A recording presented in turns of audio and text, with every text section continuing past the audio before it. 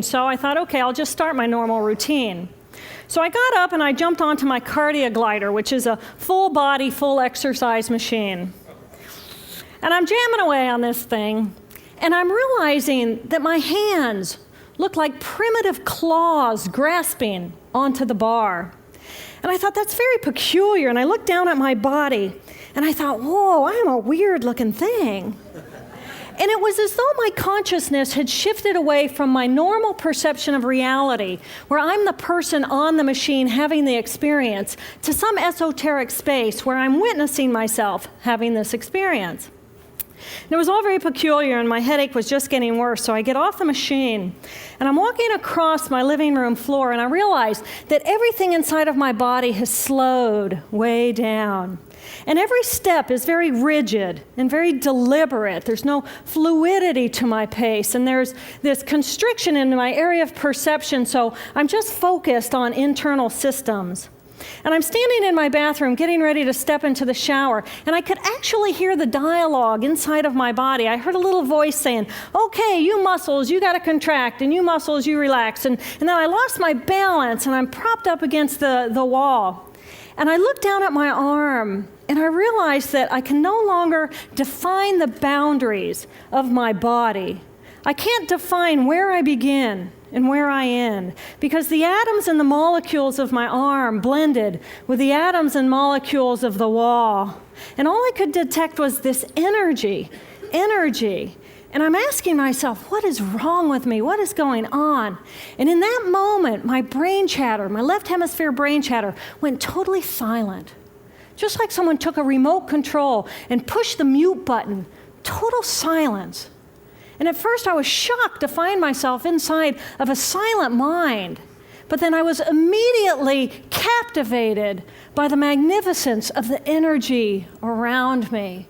And because I could no longer identify the boundaries of my body, I felt enormous and expansive. I felt at one with all the energy that was, and it was beautiful there. And then all of a sudden, my left hemisphere comes back online, and it says to me, hey, we got a problem, we got to get some help. And I'm going, oh, I got a problem. So it's like, okay, I got a problem. But then I immediately drifted right back out into the consciousness, and I affectionately refer to this space as La La Land.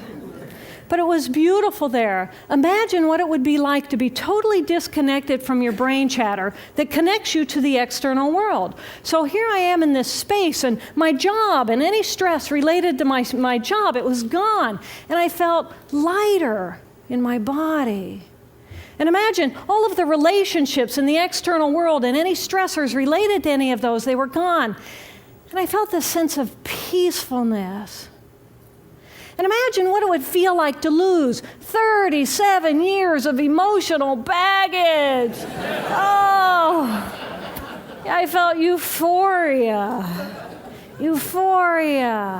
It was beautiful there. And then again, my left hemisphere comes online and it says, hey, you've got to pay attention. We've got to get help. And I'm thinking, I got to get help. I got to focus.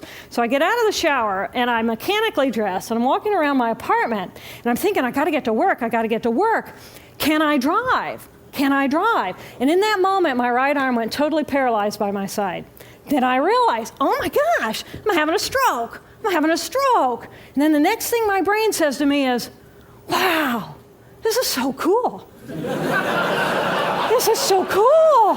How many brain scientists have the opportunity to study their own brain from the inside out? And then it crosses my mind, but I'm a very busy woman. I don't have time for a stroke. It's like, okay, I can't stop the stroke from happening, so I'll do this for a week or two, and then I'll get back to my routine. Okay, so I got to call help. I got to call work. I could remember the number at work. So I remembered in my office I had a business card with my number on it.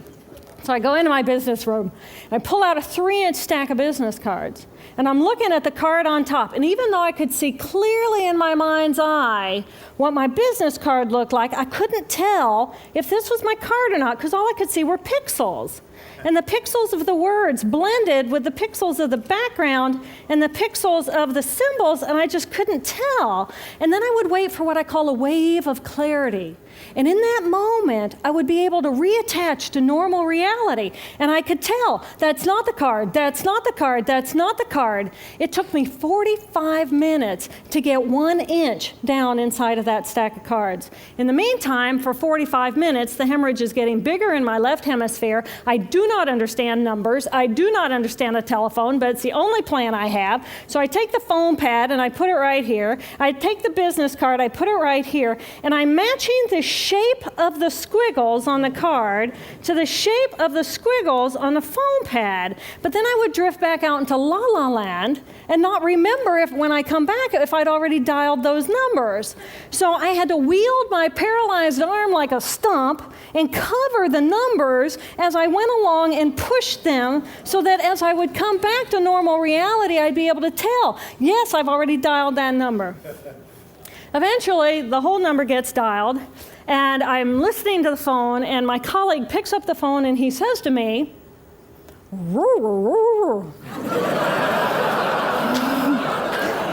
And I think to myself, oh my gosh, he sounds like a golden retriever. And so I say to him, clear in my mind, I say to him, this is Jill, I need help. And what comes out of my voice is, "Roo, roo, roo." And I think, oh my gosh, I sound like a golden retriever. So I didn't know that I couldn't speak or understand language until I tried. So he recognizes that I need help, and he gets me help. And a little while later, I'm riding in an ambulance from one hospital across Boston to Mass General Hospital. And I curl up into a little fetal ball. And just like a balloon, with the last bit of air just right out of the balloon, I just felt my energy lift, and I felt my spirit surrender. And in that moment, I knew that I was no longer the choreographer of my life, and either the doctors rescue my body and give me a second chance at life,